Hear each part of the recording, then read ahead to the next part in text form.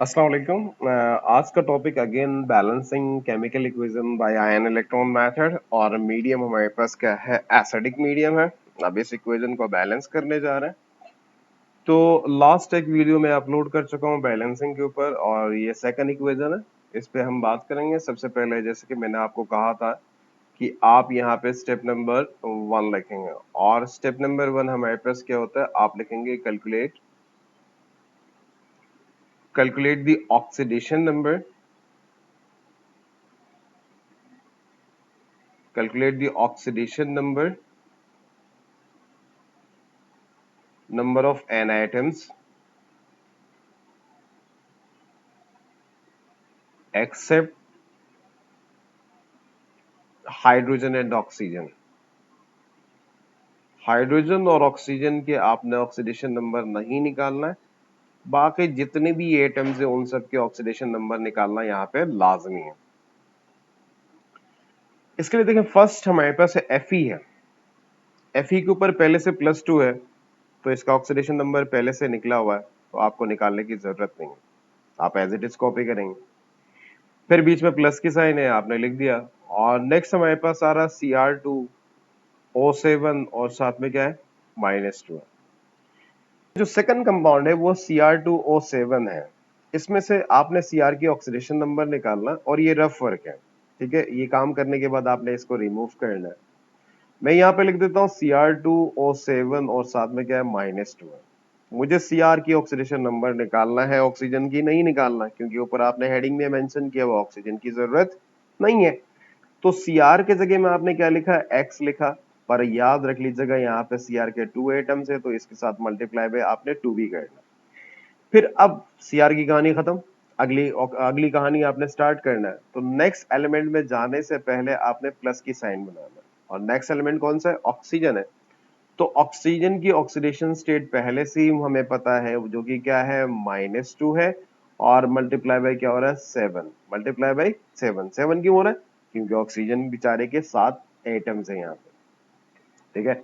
उसके बाद equals to की साइन बना दें, और अब देखिए इस पूरे कंपाउंड के ऊपर चार्ज क्या है, -2 है, तो इक्वल्स टू क्या आना चाहिए, -2 आना चाहिए। इसको अगर हम सिंप्लीफाई करना चाहें तो कुछ इस तरह से सिंप्लीफाई हो सकता है, ये आएगा 2x, फिर प्लस माइनस माइनस हुआ, 2 मल्टीप्लाई बाय 7 क्या होगा, 14, और इक्वल्स टू -2, और ये 14 माइनस में उस तरफ जाके क्या होगा, प्लस होगा, तो 2x इक्वल्स टू क्या आएगा, -2 प्लस 14, और इसको सिंप्लीफाई करते हैं, 2x इक्वल्स टू आपके पास क्या होगा, +12 आएगा। हमें x की वैल्यू चाहिए, 2x की नहीं, तो x इक्वल्स टू क्या होगा, 12 डिवाइडेड बाय आपने 2 करना है, जो कि क्या आ रहा है, +6। अब Cr की ऑक्सीडेशन नंबर निकाल चुका हूं, जो कि +6 आ रहा है। तो अब इस Cr के ऊपर आपने क्या लिखना है, +6 लिखना है, क्योंकि इस Cr की ऑक्सीडेशन नंबर क्या है, +6 है। उसके बाद हाइड्रोजन है, तो हाइड्रोजन को एज इट इज कॉपी करें, X पॉजिटिव है, और उसके बाद एरो आ रहा है, आपने एरो बना दिया। नेक्स्ट अगर देखा जाए तो प्रोडक्ट साइड में Fe है, और इसके ऊपर क्या है, +3 है, इसको आपने एज इट इज लिखा। और Cr के ऊपर भी पहले से ऑक्सीडेशन नंबर गिवन है, +3 है, तो इसको भी आपने एज इट इज कॉपी किया है। और लास्ट में हमारे पास क्या है, वाटर है। एक बात अगेन बताना चाह रहा हूँ, ये जो ऑक्सीडेशन नंबर निकाला ये पूरा रफ वर्क था, इसको आपने पेपर में शो करने की जरूरत नहीं है। और अब एंड में हमारे पास क्या है, +H2O है, आपने लिख दिया। उसके बाद एक और सिंपल काम आपने यहाँ पे ये करना है कि यार सिमिलर एलिमेंट्स या एटम्स को आपस में मिलाना है। जैसे Fe को मैं Fe से मिलाना चाह रहा हूँ, इस Fe का जो ऑक्सीडेशन नंबर है वो +2 है, और इस Fe का क्या है, +3 है, तो आपने इन दोनों के नीचे लिख दिया। तो +2 से +3 में जा रहा है, यानी रिएक्टेंट साइड से आपने देखना है प्रोडक्ट की तरफ।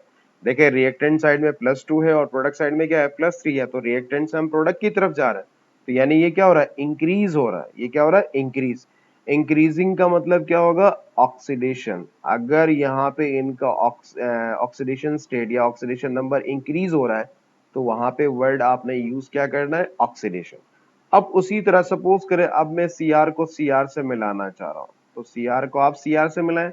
इस Cr के ऊपर +6 है, और इस Cr के ऊपर क्या है, +3 है, यानी +6 से हम कहा जा रहे हैं, +3 में, तो डिक्रीजिंग है। तो डिक्रीजिंग का मतलब क्या होगा, रिडक्शन। डिक्रीजिंग का मतलब क्या है, रिडक्शन।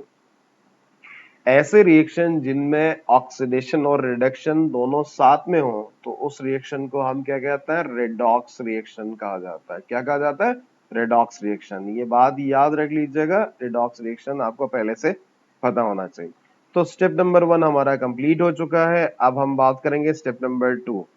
और स्टेप नंबर 2 के अंदर आपने करना क्या है, स्प्लिट टू हाफ इक्वेशंस। आपने इन दोनों इक्वेशंस को अलग करना है, स्प्लिट टू हाफ इक्वेशंस। आप दो हाफ इक्वेशंस बनाएंगे, फर्स्ट ऑक्सीडेशन के लिए और सेकंड आपके पास क्या है, रिडक्शन के लिए। लाजमी नहीं कि फर्स्ट में आप ऑक्सीडेशन लिखें, आपकी मर्जी, आप रिडक्शन भी लिख सकते हैं, इसमें कोई कंफ्यूजन नहीं होनी चाहिए। तो बीच में मैंने एक कॉलन बनाया और इस तरफ मैं लिखना चाह रहा हूं ऑक्सीडेशन और उस तरफ आपने क्या लिखा, रिडक्शन।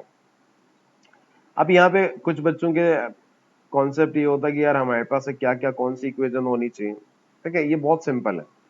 ऑक्सीडेशन में हमारे पास Fe+2 से क्या जा रहा है, Fe+3। तो रिएक्टेंट साइड में आपने सिर्फ Fe+2 लिखना है और बीच में एरो आएगा और एरो बना दीजिए, उस तरफ आपने क्या लिखा, Fe+3। इन दोनों के अलावा कुछ नहीं आना चाहिए, ना आप हाइड्रोजन लिखेंगे ना आप वाटर लिखेंगे, बस सिर्फ यही दो आने चाहिए।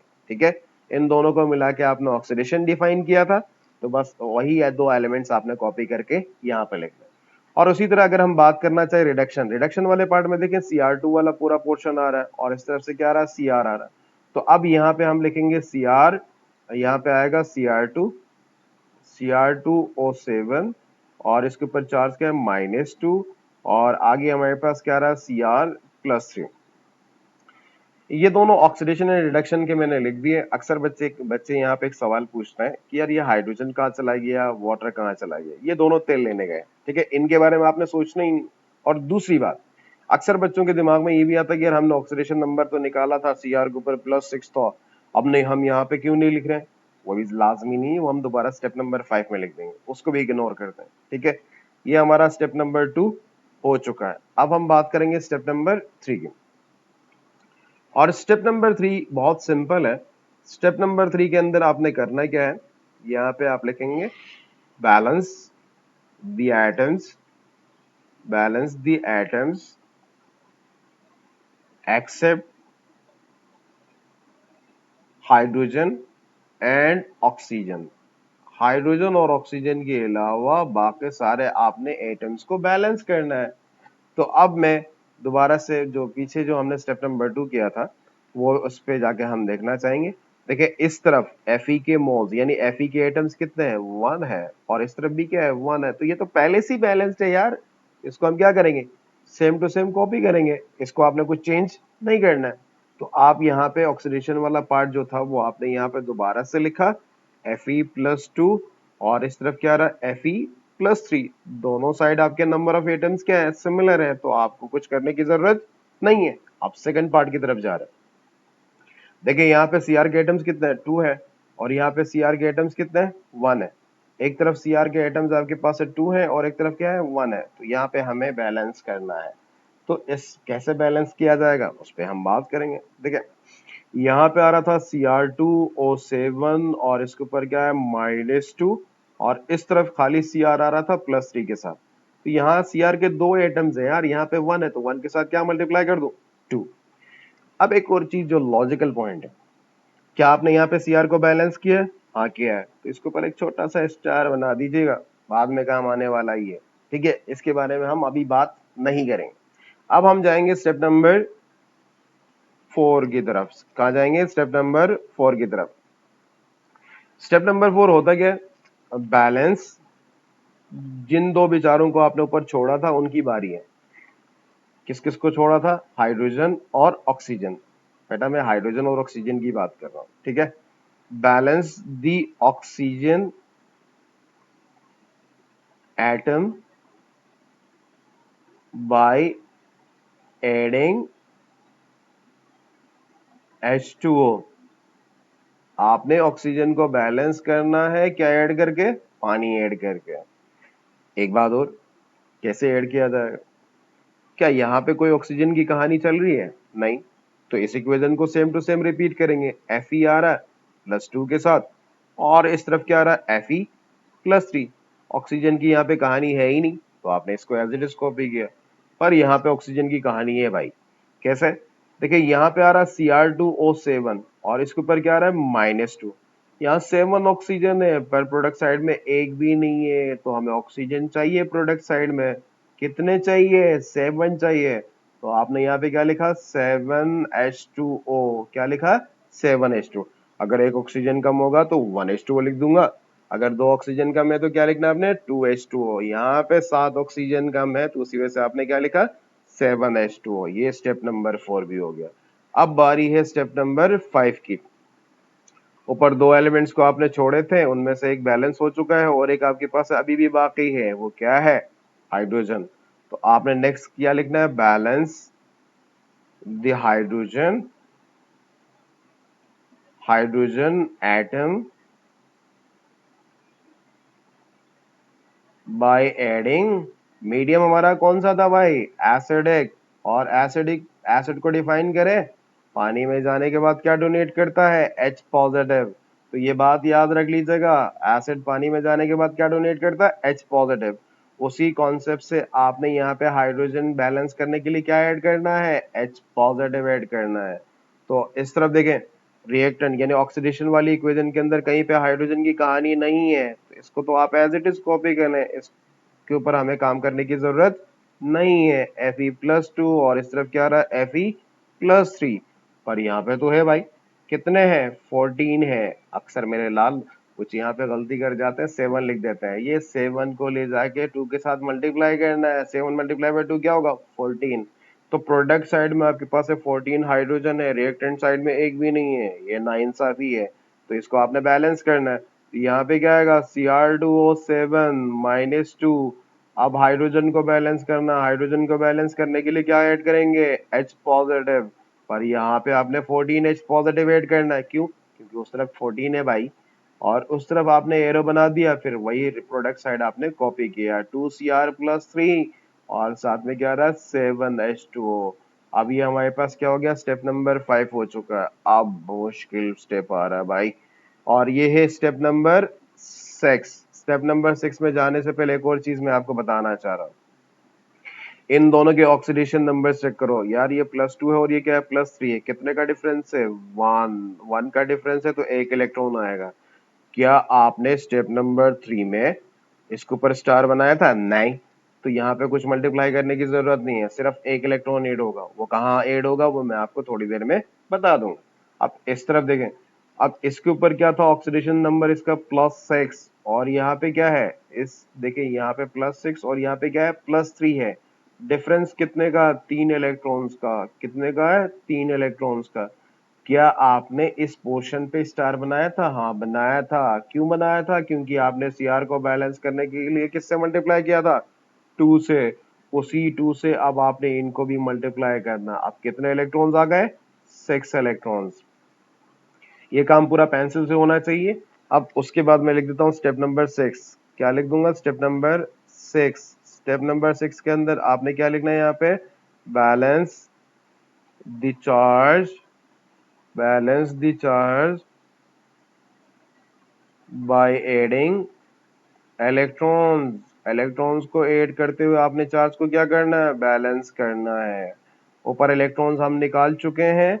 उस स्टेप को रोक दीजिएगा, दोबारा से सुने। जहां पे अगर आपको कंफ्यूजन हो तो इसको क्लियर करके आगे बढ़ जाइएगा। उस कंफ्यूजन के साथ आपने आगे मूव नहीं करना है, ठीक है?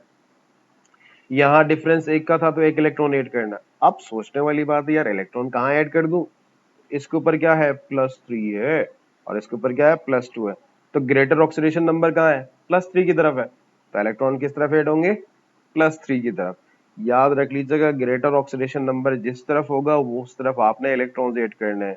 रिएक्टेंट साइड में +2 था Fe के ऊपर, पर प्रोडक्ट साइड में क्या है? Fe के ऊपर +3 है, तो ये +3 ग्रेटर है। तो एक इलेक्ट्रॉन का डिफरेंस था तो वो आपने यहाँ पे 1e लिखा। 1e का मतलब एक इलेक्ट्रॉन है। अब प्रोडक्ट साइड में देखें ये, और रिडक्शन वाले पार्ट में देखें, यहाँ पे +6 है और यहाँ पे क्या है? +3 है। तो ग्रेटर कहाँ पे है? इस तरफ है।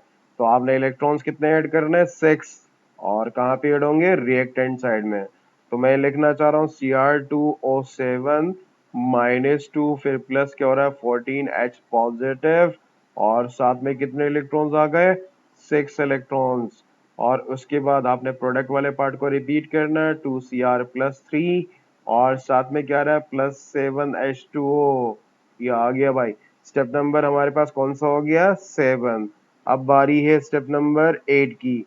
इससे पहले क्या इन दोनों इक्वेशन के अंदर इलेक्ट्रॉन बैलेंस्ड है? नहीं। यहाँ देखिए कितने इलेक्ट्रॉन्स है 6, और यहाँ पे कितने हैं 1, तो बैलेंस होने चाहिए। यहाँ पे 6 है तो यहाँ पे भी 6 होने चाहिए।